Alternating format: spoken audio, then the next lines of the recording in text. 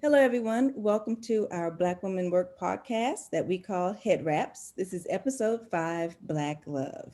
First, let me tell you about Black Women Work.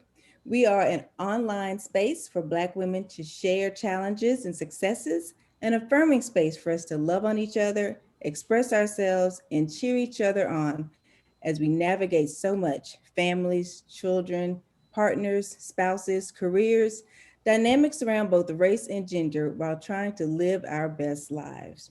We decided to take our talents to podcasting and created Head Wraps, powered by Black Women Work, so excited to share our 5th episode of Black Love. My name is Keisha Chambers. And also with me today is Erica Merritt, Felisa Turner Howard, and Michelle Felder. So first, a little bit about myself. My name is Keisha, as I mentioned before. I'm an engineer. I'm a wife. I hail from the South, from Texas, Dallas, Texas specifically. I love to drink red wine, like a little bourbon on the side sometimes. And as the debate for today goes, I like sugar in my grits. Next, we'll have Valisa. Introduce yourself. Um, Thanks, Keisha. My name is Valisa Turner Howard. I am a wife, I'm a mother, I'm an entrepreneur, I'm a lawyer, I'm a civic leader, and I am a believer that Black women work is a space that is absolutely needed, especially in this day and age.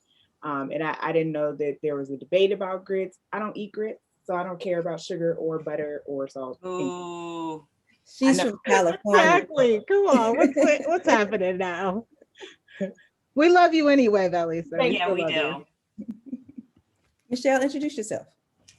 Hi, everyone. Michelle Felder here, Felder to many and sometimes Minnie Malcolm. I am passionate about racial justice. I'm a cheerleader for women entrepreneurs, a loyal friend, world traveler, a foodie, and lover of great conversations with loved ones over bourbon.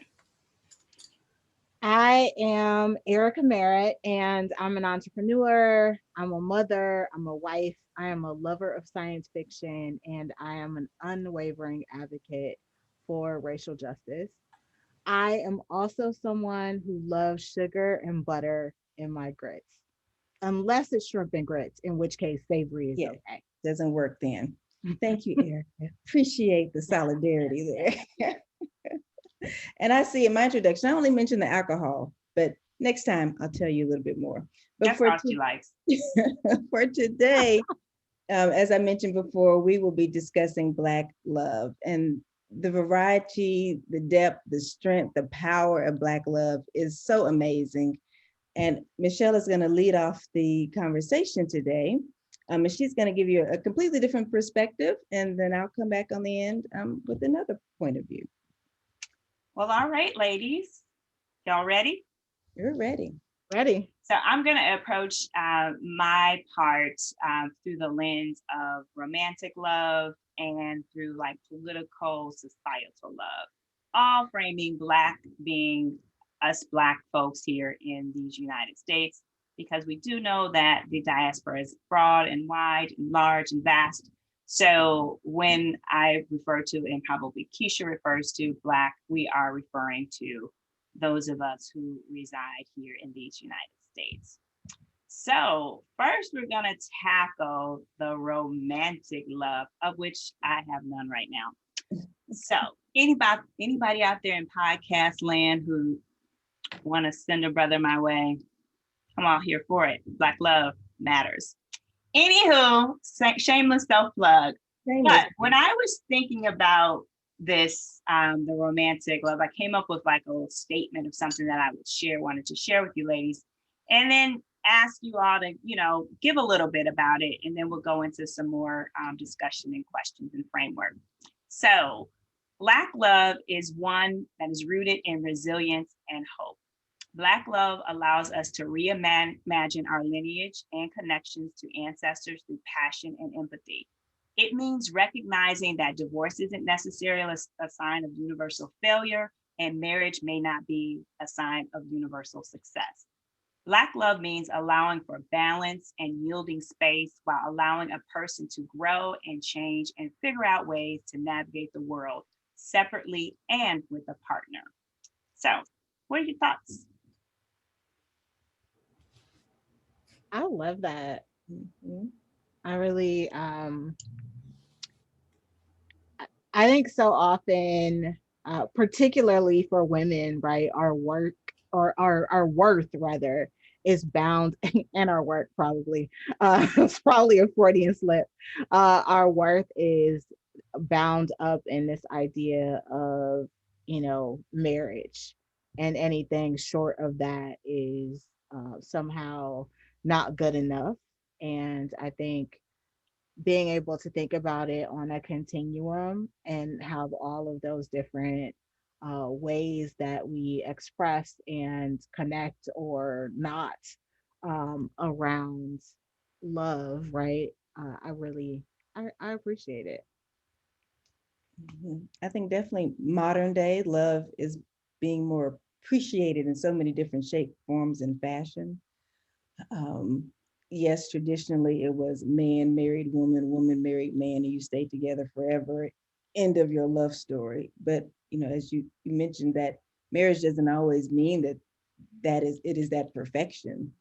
There is that imperfection and that imperfect love. I mean, so how it comes to you, how you embrace it, how you share it. To kind of quote what Erica said, it's like love continuum. And I do love that. Like it can be fluid, it can be dynamic, it can change from person to person. And love just ends up taking on like its own personality, especially when you share it with someone. So I appreciate that about your comment. I really liked your statement. I think it is more truthful than what is portrayed in the media about what is um, love, and doesn't necessarily hinge on marriage, but just love. Um, and to Erica's point, Black women are, it seems, after a certain point, um, are, if they don't have love, are fixated on it. And there's like these goalposts, and I'm getting this from my friends who are not married or who don't are not in a relationship. Um, some of them feel like they failed, like even though they, have their degrees, they have their job, they bought their own house, they, in all other areas it appears that they're doing well, but because they don't have a significant other, they feel like a failure. And for me, that goes back to the pressures of society and our culture as Black people around, we don't care about all of this stuff. Do you have a man? When you're like 5, you're like, who's your boyfriend? My mother used to get so mad when people would ask me, I'm like 4, she don't have a boyfriend. She's she's not even in school yet. Why are you talking to her about this? But Wow. that's a thing, right? In the Black culture, I'm sure in other cultures, that they're constantly like, who's your boyfriend? Who did you get a kiss? All that kind of stuff. And the way I grew up, my mom was constantly anti, don't talk to me about boyfriends, don't talk to me about none of that. What'd you do in school today? Where are you going to college? And she did that to all of my friends too, which they still talk about today. Like, your mother was very hard on us. We didn't even live there, and she was very hard on us. So I love what you said. I think it's more realistic. And I wish that more people would think about love and Black love in those terms instead of these materialistic or fairy tale type of, I got to be married by a certain age in that box. I Great. just can I add one more thing just really quickly, which is to say, you know, along the lines of Michelle clarifying that our, conversation is centered in the United States. I think it's also worth saying that our conversation is going to be pretty everybody, as far as I know, we all identify as straight. And I want to acknowledge that is like that there are different kinds of love, right? And that we, honor and recognize that some people are in same-sex relationships, and that all love is not cisgender and heteronormative. but that happens to be what is represented here among the four of us. So I just wanted to acknowledge that we're not trying to erase the many ways in which love shows up. Well, actually, one of my testimonials is not from a straight couple. So I do touch on that. I did try to be inclusive in this. So when we start into this romantic love conversation, I went out and asked some friends of mine who are in love spaces to give me their thoughts about it. And so the first, none of whom I think anyone other than myself know these people, but you may, but not, maybe not. The first, they have been married for 13 years, together for 18. And the husband stated that I'm Panamanian first generation. So my Black love was like Black love with a little of adobo. The way Black love was shown to me was to work hard, sacrifice, and provide for your children. Now it means passion, empathy. I have the same responsibilities to my family as were modeled to me, but I don't have to sacrifice as much. And the wife said, Black love means strength and resilience to me. I've watched my parents love each other hard and fiercely for almost 40 years. So I've always known that Black love means covering each other in prayer and in principle, and having each other's backs through thick and thin. So my question to you all is, how have you experienced Black love over your lifetime?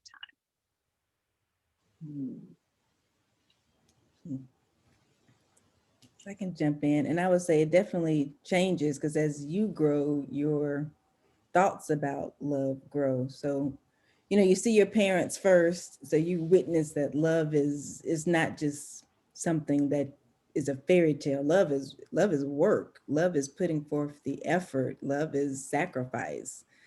Love is sometimes you go without when the other has. So then, you move into where you are putting yourself into that space of relational love and discovering what it is that you need. So those things that they say about, even though he's is sacrifice, and he says he doesn't have to do it anymore because of his family, but there are some other sacrifices that maybe aren't necessarily the monetary kind. Maybe that's what he was speaking of, or Don't try to talk time. about what my friend was speaking of. Just thoughts. These are just thoughts. I am putting my thoughts in, because it could just mean, sacrifice just comes in so many forms, I guess is what I'm saying. And I don't know what he saw growing up, but even as you get into relationships, so now maybe we do have a more comfortable living, or, we have all of these trappings that we thought we want, but there's still some sacrifices that come about. Maybe somebody's goals are put before the other's goals. You're waiting, there's just a variety of things. And I think that it just speaks to, I lost my train of thought anyway. How has it shown up for you though? You personally, how has Black love come across for you? How have you experienced it in your life? All right. Well, I was leading from example, right? Because then I got off track, didn't I? That's okay. But for me, it has shown up. So now married, and our story is we were together for 10 years, but there were some gaps in there. So it was really us growing over that time of getting to know each other. And then once I think we got to a place where we really truly knew each other and were ready to commit, that was from sacrifice, that was from communicating, that was from being vulnerable, which I'm still working on, that was from just different levels of learning. And once I feel like you get to a place where I don't know what that feeling is, but you just have learned and felt and experienced so much with someone, it just becomes just a passion. It just becomes somebody that you need to share and do things with. I guess that's how it showed up, but it was a learning process. So you see 10 years, we had to figure it out. It was definitely a learning and growing process. It wasn't an instant, like, fairy tale romantic. It was just learning and growth. Erica, how has Black love, how has your experience with Black love been over your lifetime? Yeah, I was thinking about this, and I think for me, so going with the way that Keisha started, like the modeling of parents for me was very influential. And my parents were kind of gross. Like they were embarrassing to me when I was a kid. Like I look back and love what their relationship represents now as an adult. But as a kid, I was like, oh my God, like, they hugged and kissed on each other and were very affectionate, and my dad absolutely doted on my mom and she on him, and they had nicknames and they were cute. And I had this, in many ways, like idealistic imagining. Like I remember very distinctly at some point saying to my mom, like, oh yeah, you and daddy never argued. And she was like, where did you get that from? Like, why did you think that? And then when we really talked about it, what I realized is, I was born 10 years into my parents' marriage. And so they had worked out a lot of the kinks by the time I came along.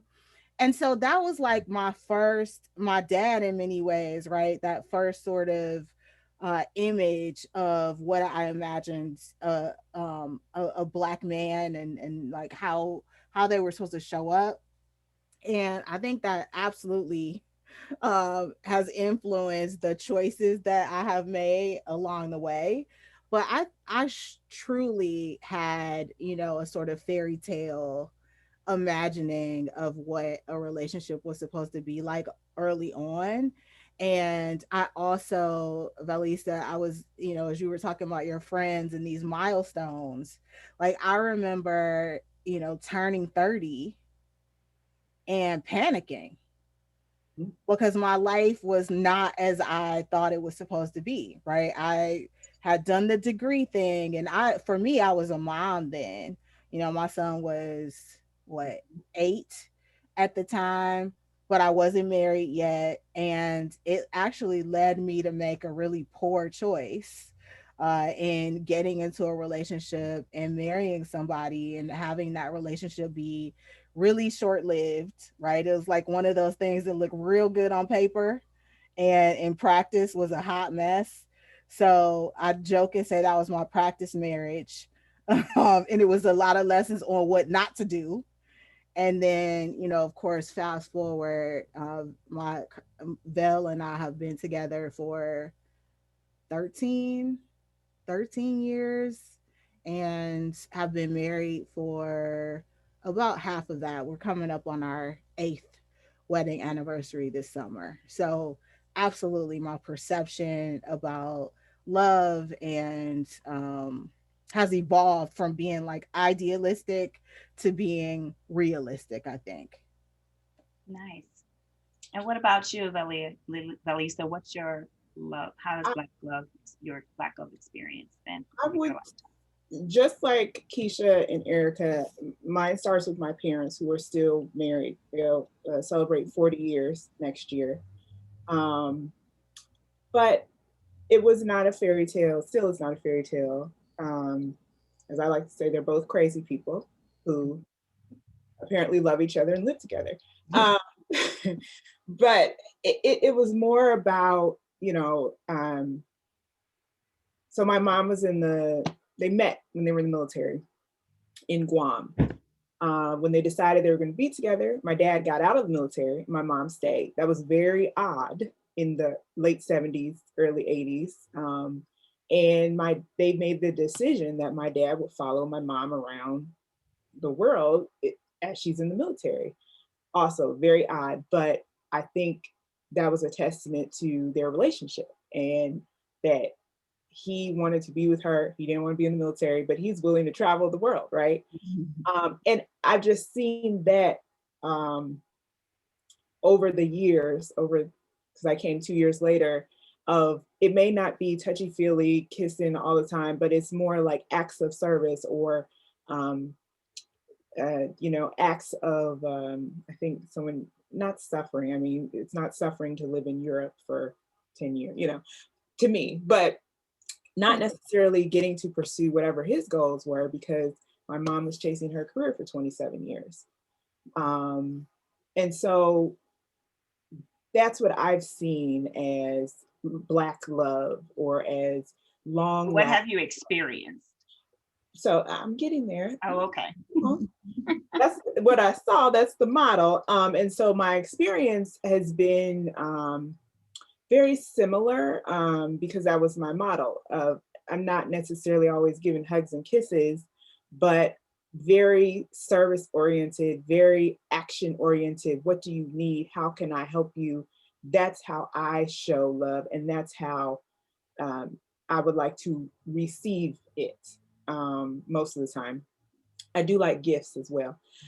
So I think that from listening to everyone, Black love shows up in so many different ways. And for me, it's mostly been practical, service oriented. Let's make this work. Let's, do whatever we need to do. And let's not fairy tale-ize this. Like, let's be real about who we are. As I like to say, you fall in love and marry the person whose quirks you can tolerate, pretty much. Um, and that kind of sums up how I look at love. Okay, great. Well, thank you all for sharing. The next couple that I asked, they have been dating for 3 years. So these are our daters. And he said, the boyfriend, I guess we would call him, I never wanted to fall in love with anyone more than a Black woman. I'm proud to be a product of Black love. And for me, Black love is a part of ensuring the legacy of my future family.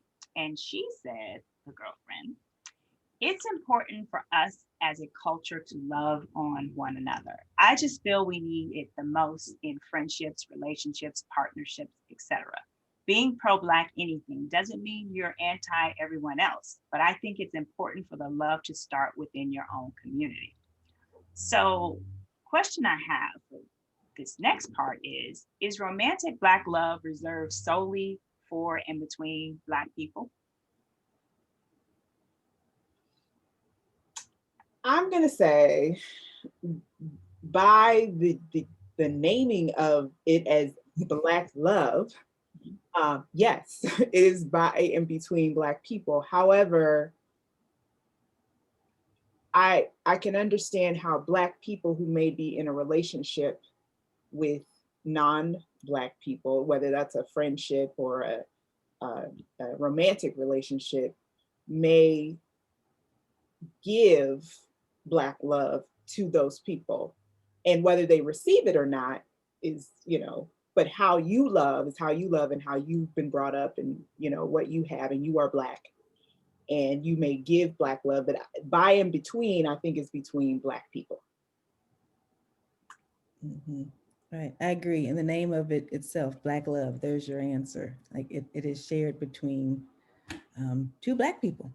And what they bring to it is their history, their shared experiences, even some expressions and body language. Like that's what is contributed to that relationship, which just makes it, I feel like, a little bit stronger when you have those commonalities. And right, by no means can we not share this love with others, but there's just such a uniqueness, I think, and richness when two Black people love on each other.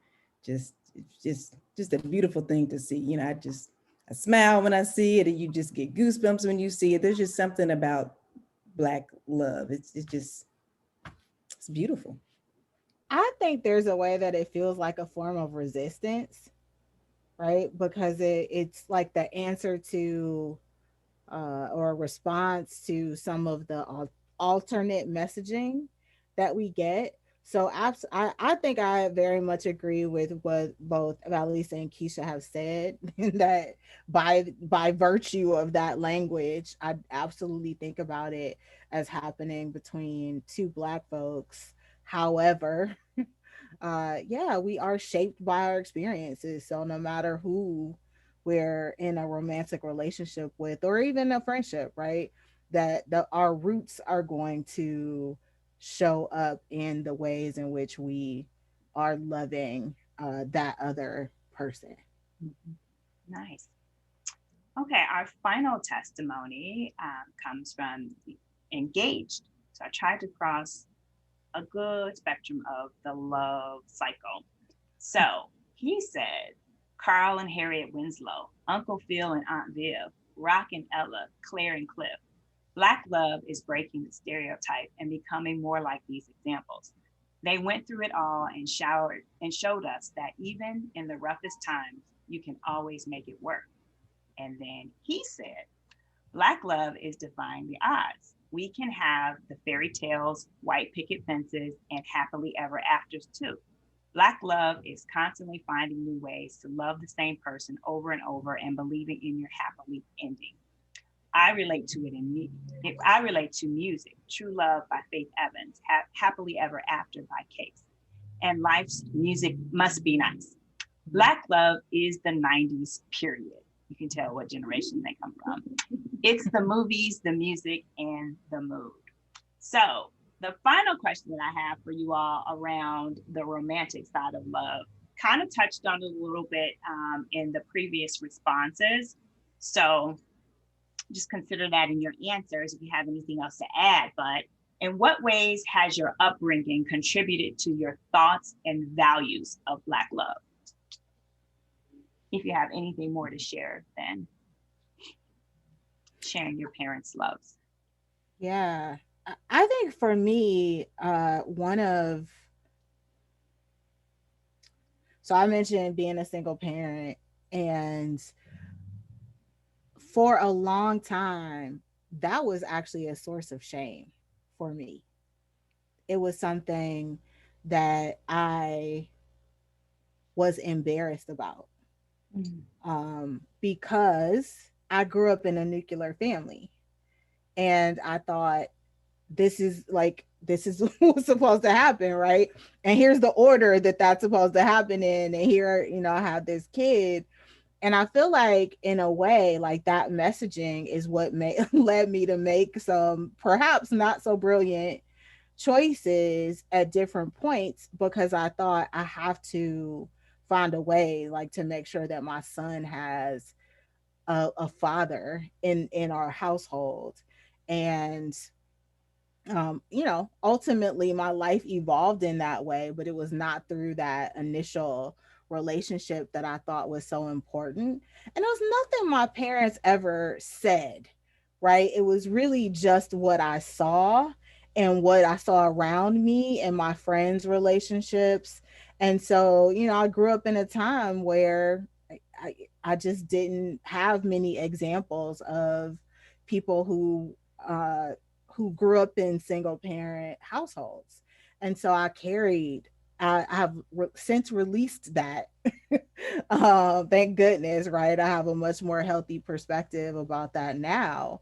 But that that sort of idealism, like I was describing, and that like sense of what I was supposed to do, I think led me to make some not so great decisions. Did anybody else have anything else that they want to share about your upbringing than what you previously shared? So outside of my parents' practical relationship, I definitely was into all the what did my friend used to call it? He was like, "Why are you listening to all this couples music and you're not in a couple?" And I'm like, "Cause I like it. You can dream, right?" What's some songs, Belisa? What's some songs? You had me with Case. What was that song from? It's like early 2000s that they were playing on the radio. He said Happily Ever After. Yes, that one. That was the one that he. Yes, yes. And I totally, connected with that. Also, the Black television shows, I was like, oh, why can't my parents be like that? And those are all like really pie in the sky types of things. And it would be, that'd be cute, but that's not sustainable. And that's what I got from, being in my household, that none of the, that's cute, but that's clearly not sustainable. That's not every day. And so as an adult who's now married, what I actually practice is what I saw in my household. Um, and every once in a while, like I said, you get the fairy tale, but that's just not every day. It's great. Yep. Well, Right. Same. My parents are married. My grandparents are married. Aunts and uncles, everybody's married. So yes, we grew up with that. But I recall some advice my mother gave me. She was like, don't get married, don't get into a relationship until you do all the things that you want to do first. So I found that very interesting because from, her day and time, yes, you were expected to get married, and my parents got married very, very young, but I think she felt that there was a lot that she missed, and she didn't want her daughter to kind of follow that. So yes, marriage was a value, but there was also that value of, take care of you, do the things to better yourself. She definitely encouraged education, go to school. She encouraged travel, all of that. So it wasn't like the goal. It was more so the end goal, maybe, but there were a lot of things you still did along the way before you got to marriage. And that was kind of the value I took. Yes, it's important if that's what you want to do, is something, yes, you can strive for, but do not make that everything that you strive for, or the only thing that you strive for. thank you. So I think it's interesting with the opening statement that I had and listening to you all share your stories and responses. A overwhelming flow, though, for Black love has been directed towards marriage in the comments in the conversation, even in the recognizing at the opening our discussion about how that is not the end all be all of Black love. I think that we have been so indoctrinated in that if we talk about love, period, or Black love, that we still all roads lead back to that altar of marriage. So I'm going to make a shift and take us away from the romantic love and move us into a space that I'm going to call like a political, societal, activist type of love, which I think reigns supreme when it comes to Black people.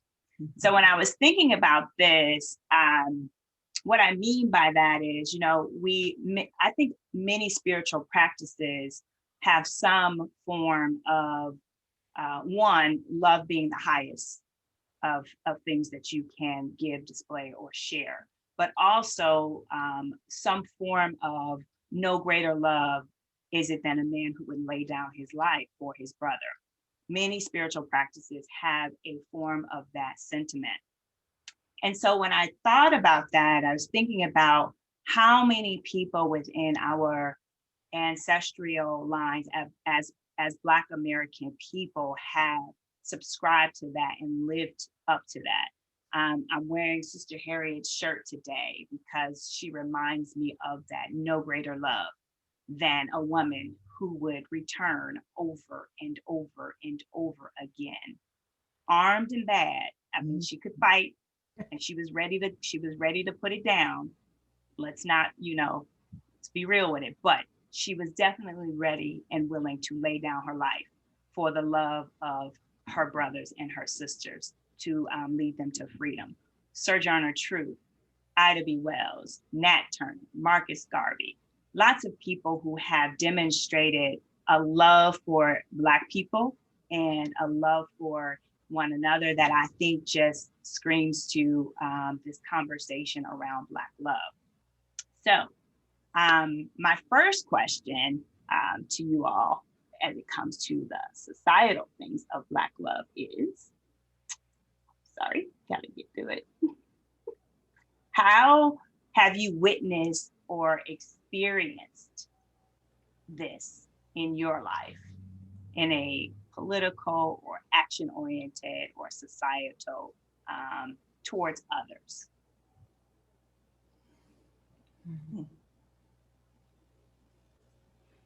Whether you personally have shown this type of action towards others. And one other thing that I thought about, because I did speak in a lot of past tense ancestors, but there are present day people who demonstrate this. my mind goes to the mothers of the movement, those mothers who have had their children deaths be just a tragedy for them in their lives, and the way that their children, their sons and their daughters have been taken from this earth. But yet and still, when we see them gather, when there are those moments where we publicly see them come together individually or as a group to stand out, fighting for justice for their children, as well as fighting for justice for the others that have been slain, as well as to prevent this tragedy for others to come, we see a love that, thankfully none of us have had to experience personally, and the two mothers on the with us today have not experienced that either. But we see a love that's just unimaginable. Most of them, if not all of them, have even moved into a space of forgiveness of those that have, caused such, pain and tragedy in their lives. So I wanted to acknowledge that it's not just our Harriets and those that have gone before us, but it is Black people living today. We have I would bet to say that we are the most forgiving and reconciling people on the planet beyond these United States. So I was going to suggest or talk about my passion for increasing diversity and inclusion in the legal profession and how that plays out. And that's because, though I advocate for all people of color and diverse, my true love is for Black people to be in larger numbers, to be lawyers, to get through law school, to get through the bar, and mentoring and sponsoring and pushing those folks to that place. That is my love. That's my societal, passion is what we call it, but that's the love that I have. I give that in addition to my actual day job. I have a lot of volunteer jobs where I am constantly pushing the envelope and trying to push the needle to push Black folks forward in the legal profession. And I don't get paid. Sometimes I don't get a thank you. I don't get anything out of it except for the feeling I get inside when I see someone move forward who other people said they couldn't do it, that they shouldn't do it, that you're not the right type of person. And they still move forward, they still get to where they need to go. And so I truly understand sort of what you're talking about, that societal love, whereas other people would have given up by now and said, oh, nothing is ever going to change. Like, I'm just going to go on about my business, make my money, and call it a day. There are people in different pockets, not, for me, it's the legal profession where they push and push and push because they have a true love or passion for that, whatever that is. And I think you're right, there are a lot of Black people who give a lot of themselves with very little return just because they love. It's great. I have always had a love for Blackness and Black folks, and I haven't always had a place to put that. So when I think about my experience growing up, I was a little different, right? Like, I had my friends and everything, and they were into the stuff that like teenagers are into, but I was always the kid that was like reading the book behind the book in class. And so I was in high school reading like Dr. Ivan Van Sertima's They Came Before Columbus, and reading Black Rage and all of these other, and challenging my teachers and doing all this stuff. And frankly, when I would raise my hand to complain, right, about the lack of representation in the things that we were learning in school, I could hear all the other Black, because I went to a predominantly Black school, right, through a predominantly Black district, lived in a predominantly Black, and by predominantly Black, I mean one white girl in my graduating class Black, like, and yet when I would raise my hand, you could literally hear the collective sigh. And it was like, oh, here she comes talking about Black stuff again, right? And so for me, when I got a chance to go to Howard University and I got a chance to be on a campus where the buildings were named for these people that I had read about and admired and respected, you know, and to be surrounded by people who look like me. And that is also where I found like my first sort of activist experiences. So I was a part of an organization called Black Nia Force, and Force stood for Freedom Organization for Racial and Cultural Enlightenment. And so to be in this affirming space and to connect with other people who were deeply interested in that history and who wanted to make the world better for Black folks, and whether that meant showing up to demonstrate, right, when Rodney King was beaten and when the verdict came down and all of those officers were found not guilty, right? Or when it, you know, when it was about educating Black children. So we were patterned very much in some ways after the Black Panthers. So we had programs where we tutored kids, and you know, we went in places where they were not getting adequate education, right, and extended them what we had in the way of our own learning. So that for me was one of the first places that I really felt like I found my people. And that was a different kind of, you know, that's not a romantic love, but it was like a deep and abiding love for Black folks. Yeah, that was really good, Erica. Thanks so much for sharing that. My final, take a question to pose to you all is, do you think humanity would exist if Black love didn't?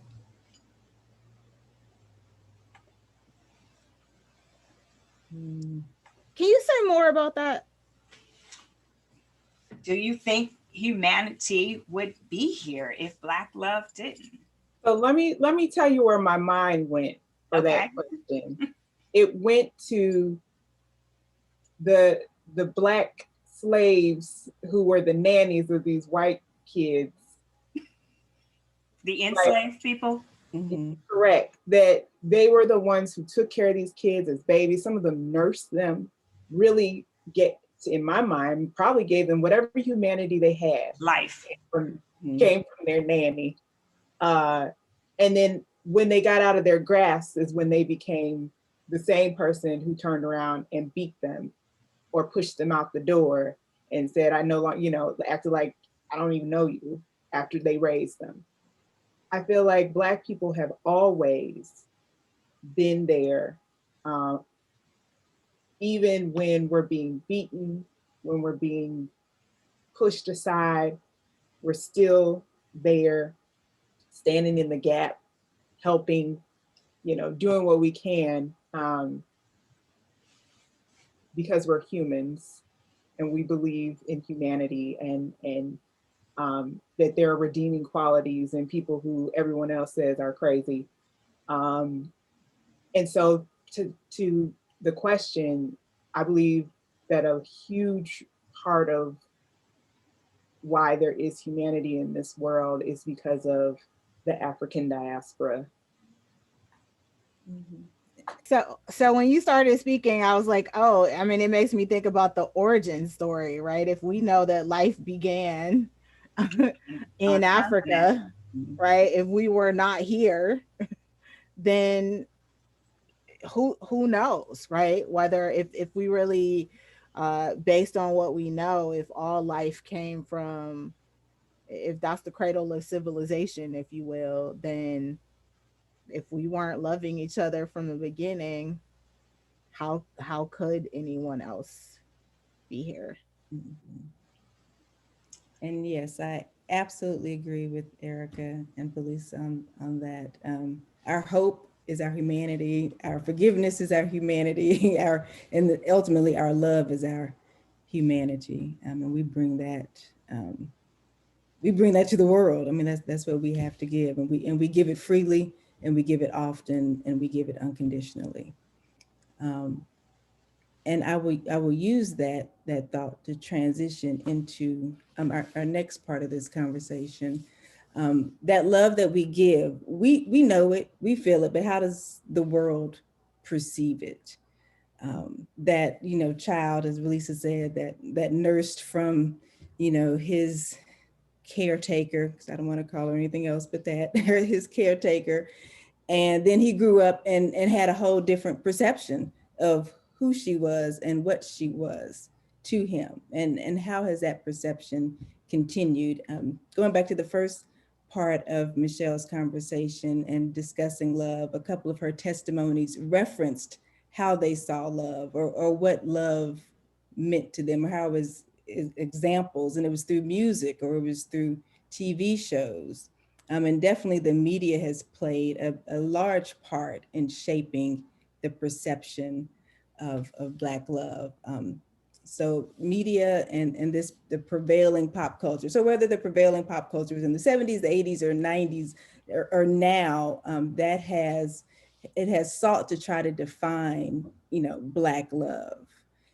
Um, and over the decades, the images and the portrayals of Black love, it has changed, from even our conversations of how we were with our parents in those relationships, and maybe how we are in our relationship now with our spouses or friends. It's probably a little different. So if we think about, those good old shows like Good Times, or, the Jeffersons in the 70s, Black love was presented more as a family. They were very familiar. They were just taking care of each other. They were just loving on each other. And there were conflicts, but in the end, what do you guys ever remember what happened at the end of like Good Times? Every episode at the end. Well, most sitcoms in the 80s and 90s, by the end of it, we're all back together. Yeah, exactly. You're hugging, you're kissing, everything is kind of resolved. And even one other thing about those sitcoms of 70s era, there were also, we saw the single Black mother household to be depicted as well. And these mothers, they worked, their kids were behaved, sometimes behaved, and they did their chores, but there was always a moral lesson. So it's like, from the 70s, and I'll even transition here to 80s soon, Black love was family. That's how it was depicted. It was taking care of each other. And then even transitioning to even including the Black single mother in that conversation. So, we talked about this before about what were our family structures, but I'll add on to that. Do you think those classic TV shows were fair portrayals of Black love and those family structures? So I'm searching my brain right now because well, I can't say that. The majority of my life was not as a single mom. My mom did remarry when I was in the 4th grade, and remained married until my, I think, my sophomore year of college. But the early formative years, she was a single mom, and I grew up end of 70s into the 80s. But I was sitting here trying to think of representation of my mom in sitcoms. I don't remember any Black sitcoms with the single mom. We don't have a lot. We had Julia, so that range. Okay, that predates me. So yeah, that predates this me. was, Okay. and I should have shaped that. This was 70s. Got it. Where this was, and then there was What's Happening. Right. Correct. Yeah, the spinoff of okay. Yeah. Got it. Yes, those two. I was just trying to think. I mean, I knew you weren't wrong, but I was like, what were they? Because I'm only picturing in my mind the family structures. So back to the question, I think what I saw family then, and it was great to see family. And at that time, in that age, watching those shows, I was watching them from a perspective of, just kind of like eyes wide open and just happy to see Black people on television, even at that in the 80s, and when the Cosby Show came on television, and Black families, Black people, what have you, Different World, all of the shows. I grew up watching, the Jeffersons and the Good Times. Many of those shows, however, I think before you get to The Cosby Show, they were very specific in the dynamics between the husband and the wife in those stories. They were, although there were some very strong women who worked, some of them worked outside of the home, many of them did not. There was a lot of masculine energy, misogynistic. I mean, George Jefferson is the epitome of, I don't want anybody like him in my love future, right?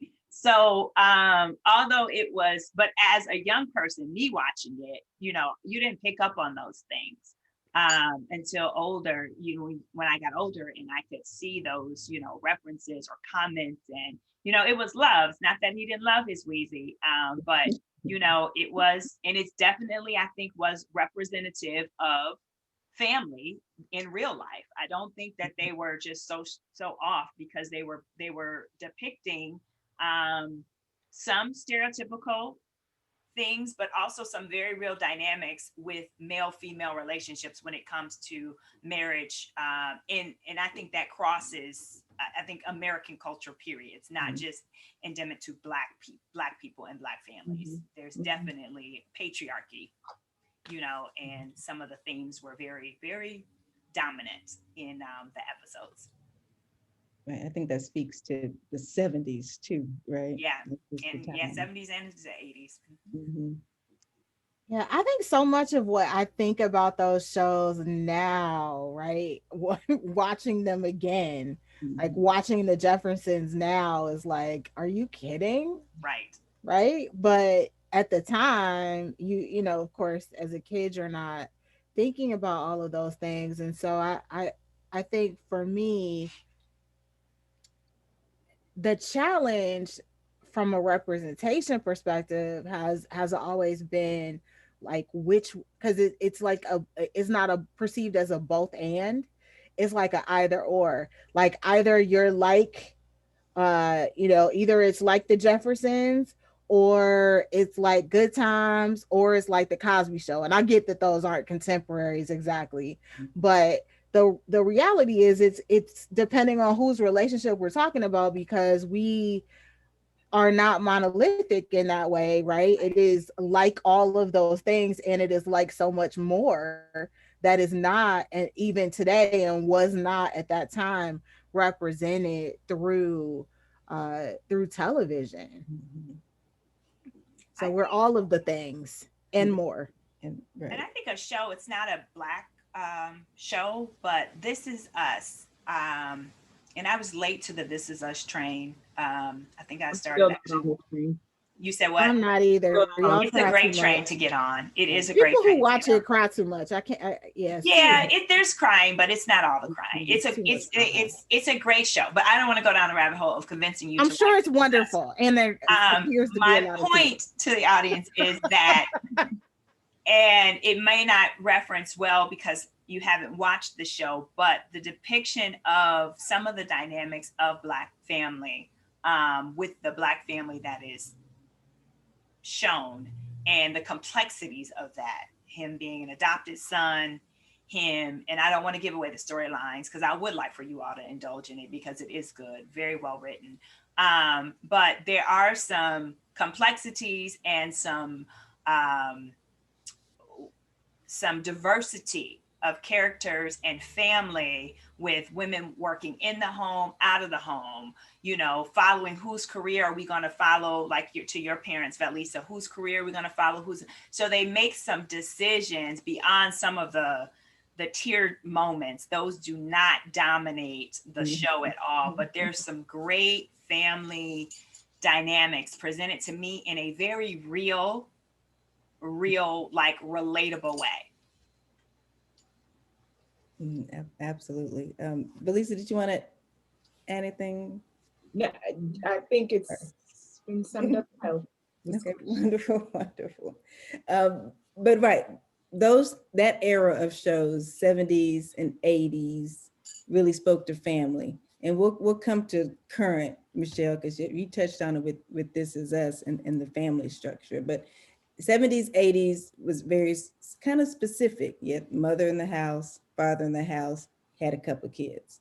80s, we moved into The Cosby Show, we moved into 227, Family Matters. Those were kind of like the popular shows at the time. And again, they did show Black families taking care of each other, navigating school issues, boyfriends, they were learning to drive. And I think at the time, maybe we were coming of age too with this. So a lot of the themes were very relatable. We could get lessons, from these TV shows, like there was always kind of like a moral to the show that was kind of put in place, like just to help us navigate our own lives. So with that, what was your favorite 80s show? We did 70s. You guys have a favorite 80s? And didn't even have to be any one of these. Any other show that really stood out to you during your formative years?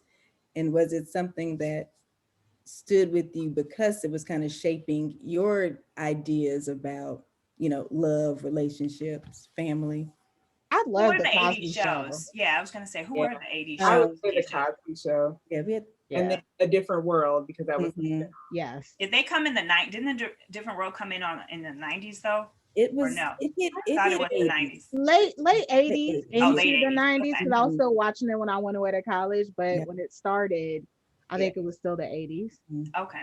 I'm Yeah. gonna go in. I'm gonna ring in for the Cosby Show.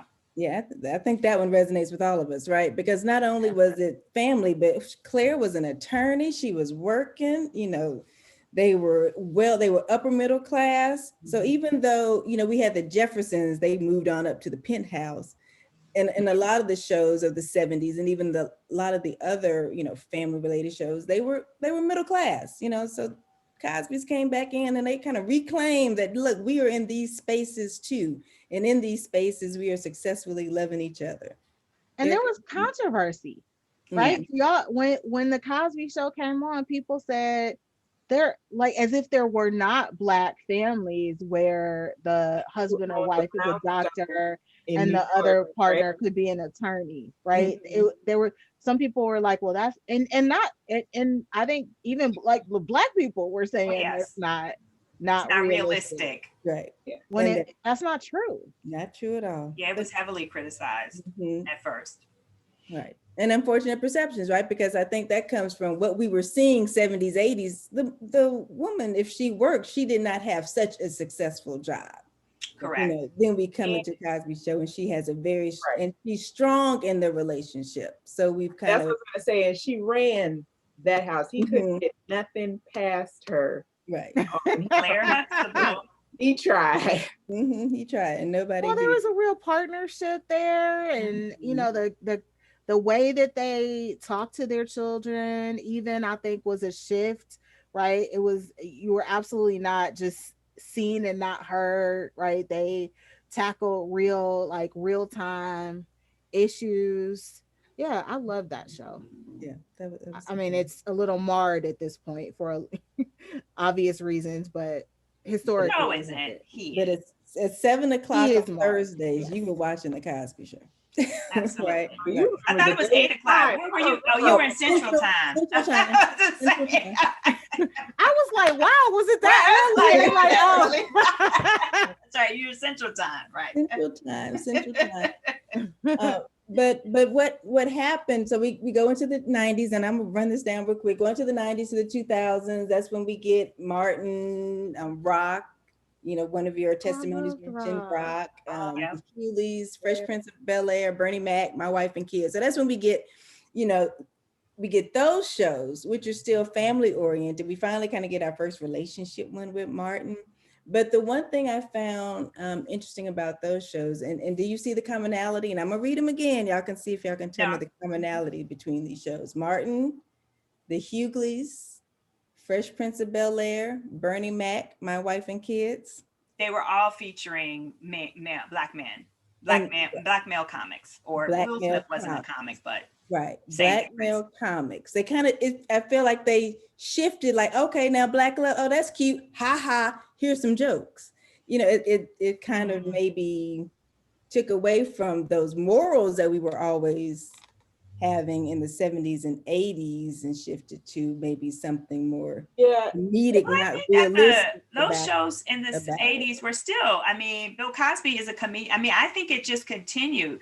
There was definitely a undertone and sometimes even pronounced levity with the Jeffersons, even with good times, and JJ and his antics. And so there were still, that manufactured, fake audience laugh that would pipe in on every episode. For the most part, I would say 99% of all the episodes of those shows had laugh lines in them. So but they're also, so there's that I've seen like articles or different things about how the men in these sitcoms, some would say that they try to lessen their masculinity, like when they have them dress up as women or do other things, that started to happen more in the 90s and 2000s, whereas in some of the older shows they stuck more to this is the man's role, and we're not going to have him dress up like a woman, we're not going to have him do that. And some extrapolate that to they wanted Black men as in society to also be seen as a joke and as emasculated and et cetera, et cetera. And so there's a connection there that started being more talked about in the 90s and the 2000s. I think that's kind of, I agree. But I also think that even in that discussion, and I have not read those arguments outside of the arguments with Medea and Tyler Perry's thing, right. But I think to that, if we were to be honest or look at that, that is, that comes across to me as quite homophobic, where you would have to think, where we would think that a man being characterized, or dressing up as a character. Martin did it, of course, because he played the characters of these different people, and he became, a woman in those characters on some of the storylines. But to say that somehow emasculates a Black man because he's doing that, not just in character, but they're depicting real life to us in television, that life in television, that can be problematic, I think. Yeah, I agree, but I think it was no, I'm not saying you. Yeah. No, I think it's the media, right, and the portrayal and the, whether it's not right, but we think if we do X, then the Black community will see X or see Y, and we'll get whatever we need out of that. Like, I agree, but there's the stereotype that the Black community is, especially Black men, are pretty homophobic. There's that stereotype, whether it's true or not. Sure. Yeah. I think there's another thread in here, which is that the representation has always been so limited that there is an expectation. So for example, right, there are things I would categorize as buffoonery and personally have not had a lot of patience for, but I know people like them. And I think the thing that I have struggled with is, and I am recovering from this kind of internalized stuff now, right? But looking at that and thinking, like, we cannot afford those images because this then is what people see of Black folks. And I don't mean any particular show that you all are describing, but just broadly thinking that whatever it is that is put out there then becomes the perception of what Blackness is, that then becomes the perception of what Black love is, what Black relationships look like, whatever that is. And feeling like, because there hasn't been a wide array, because one of the things I'm thinking as you're talking, Keisha, is like there have been so few dramas, right, that have really depicted the This Is Us Black experience. We have some now, right? But historically, there's some mostly comedies, and it actually was kind of funny because I was running down the appearance of the women as you all were. I was like, oh, she's talking about colorism. Like, that's actually where I thought you were going at first, right? Because so many of the love interests Mhm. were very fair-skinned women, Oh yes. right? You did not see you saw the The sidekick friend, that Mhm. got made fun of, but you Pam. did not see the Mhm. exactly you didn't see the love interest, my complexion. Yeah. So much in there. Mhm. So now we hop forward 2000s, 2010, 2020. Michelle has mentioned This Is Us, which is definitely a dynamic show showing Black relationships, but it's not necessarily a Black show. It's a Right. show with some Black characters, and which contributes definitely to the imagery of what we see and what we can understand, or the perceptions that can be made towards Black love. But where else are we getting our images now? I mean, now media has really changed. Like before, we only had mainstream. We had what, 4 channels, and that kind of shaped, the images that we have. So where are we getting them, the images of Black love now? Do you think? Reality I mean, they're still television. coming through. No, Valisa, no, we are not No, doing that. not me. I'm saying No, we are not doing society. that. Yes, they are. Oh, what did you say, No, Felicia? I we didn't are hear not. you. She said reality TV. Oh, We are reality not. TV. Listen. We are Oh, not. we no, No, but my younger sister, that's absolutely. great. She grew Mhm. up with 16 and pregnant and all these We shows don't even need to give depicting them space of names really on this podcast. crazy. Mm-mm. I'm just saying that there are a lot of shows that depict real relationships, which we all know are scripted, and that if people of a certain age think this is how this works, Right. and they act those relationships out in their real life. Wow. Mhm.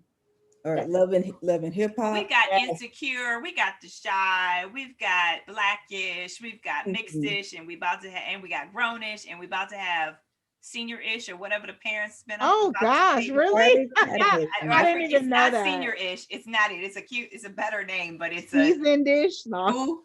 seasoned dish. I don't know what it is. I'm being silly. We ARP-ish. have those. AARP-ish. What'd you say? AARP-ish. And, I love. Oh, go ahead. no, go on. No, go on. Chime in. So, two shows that I just love. I love Pose, Yes, me too. and I love Pose, and it depicts a variety, right, of relationships that are not heteronormative or cisgender, and I love the family that they create. Mhm. Mhm. And I think as an only child, I am particularly drawn to like the strength of friendships and the way that those friendships can feel like family. And so I am both drawn to like the family that they create, and there is a depiction of romantic relationships as well in that show. And I just love that show. Mhm. So that's one. And then I also love Queen Sugar. Oh yes. That's another show That's a that And good I what's the really other like. one? And I feel like they show have yeah, they have like the older woman and the younger man, and they have interracial love. They just got they got it all going on. So I love that Greenleaf. show. Yeah, green. Greenleaf, yeah. But I Yeah, love there's that Pose is your example, because it definitely shows how far we have come with showing, depicting the images of love. and Black Yeah. people. And as Black people, right, in all the different ways. Because right, in our first half of the discussion, Michelle clearly pointed out we were all focused on marriage and how we related to marriage in the space of Black love. I think shows like Pose start helping us to think about just love in different ways, like created families, and I don't want to use that girlfriends, because I was about to go with friends, but girlfriends was an example how they all came together and they were family. That was sister, was positive Black woman love, Living Single, living single, right? Love the living creator Those of Friends. those shows showed us that love comes across in many different ways, in many different forms. And as we've grown up watching these experiences and seeing them change, I know our perception of love has changed, and hopefully society perception of love has changed as well. And just want to throw this question out. Is there like one major thing, or one, I guess, aspect of love that media has helped you to shape, or help you to shape your definition of love?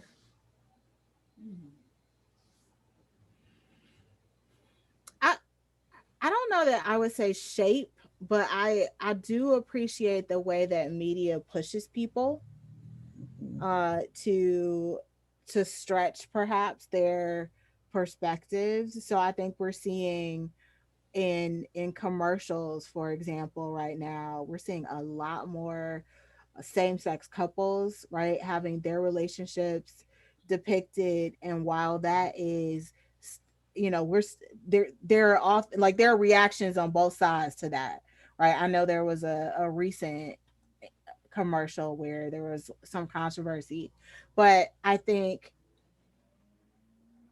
it normalizes the Mhm. wide array of relationships that people have, and push the fact that relationships do not just have to be between a man and a woman, and that is not the reality for a significant portion of our population. And so continuing to depict it that way is bull.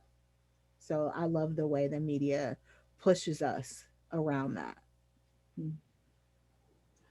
I love the way the media has shifted, keeping it on Black love and showing more Black people in love spaces and depicted on television, whether it's in shows, movies, commercials, print ads, Mhm. internet ads, I guess we have to say now, that you see it and you don't, and you see, we're getting to see a better representation, a truer representation. It is not perfected, but a truer representation of the diversity within Black people. And for that specifically, I mean our physical presentation, our shade, our body types, our hair types.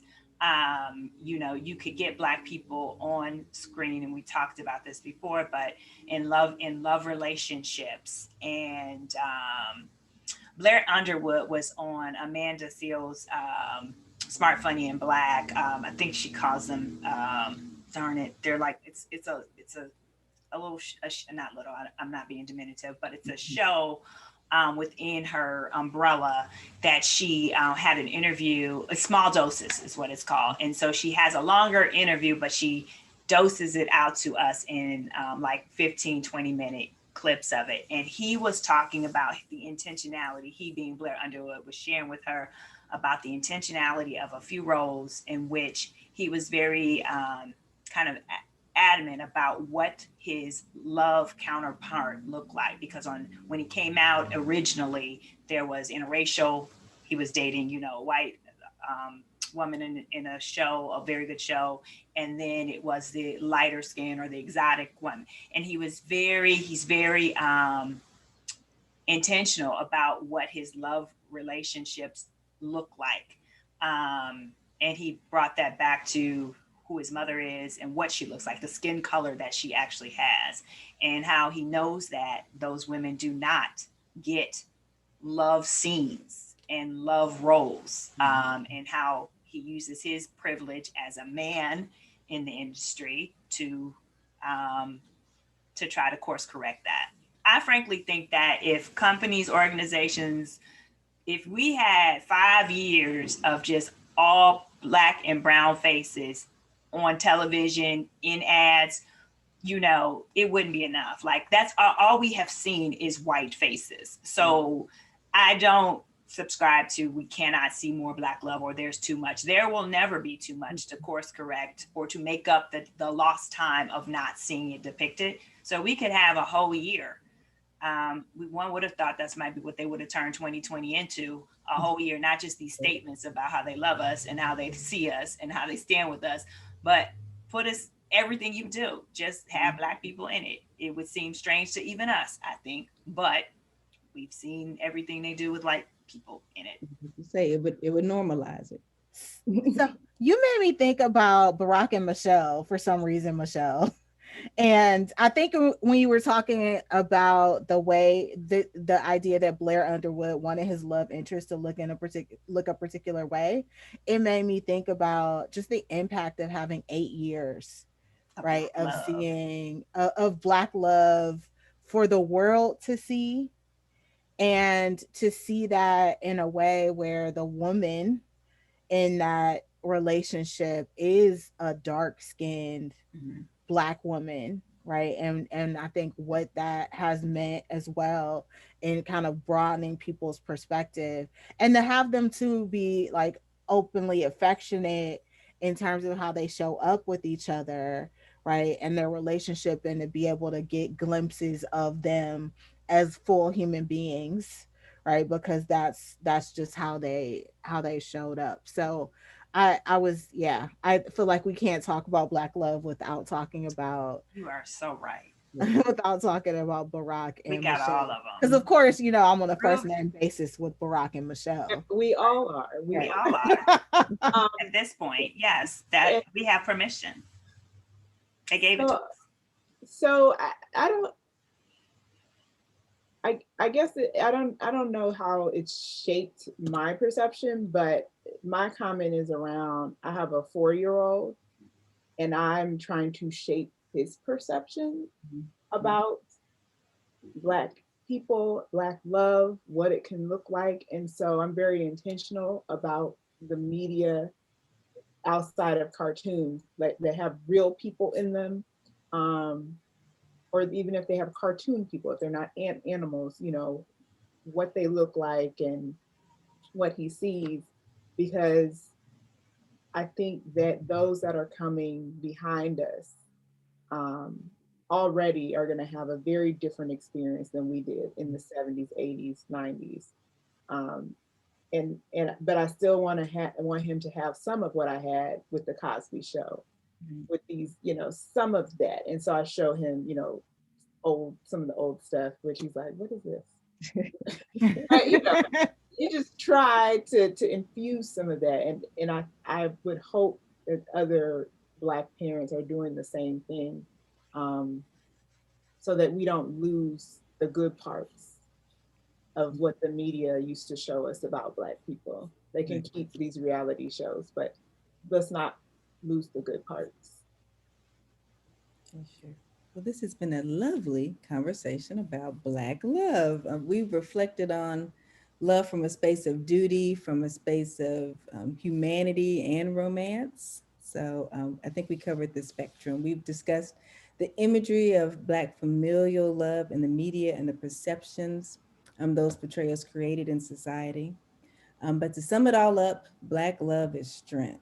Um, is the strength to carry on amidst so many obstacles and barriers. It's the strength to unconditionally love a child and raise them with the fear that they will be unjustly taken away. And that takes me back to Michelle's comment about the mothers of the movement. I mean, when you said that, I was like, yes, that is definitely true love. The strength to serve a community through selflessness, sacrifices, and the strength to continue to fight to make this a just world for all. So, Black love is strength. Strength is humanity, and that's what we bring. That's our overall collective contribution to this world.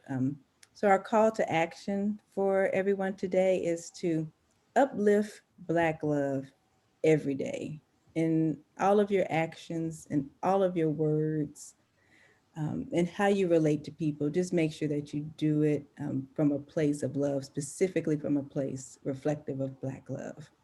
So, thank you for joining our Black Women Work podcast today, Head Wraps, and we'll see you next time. Bye, everyone. Bye.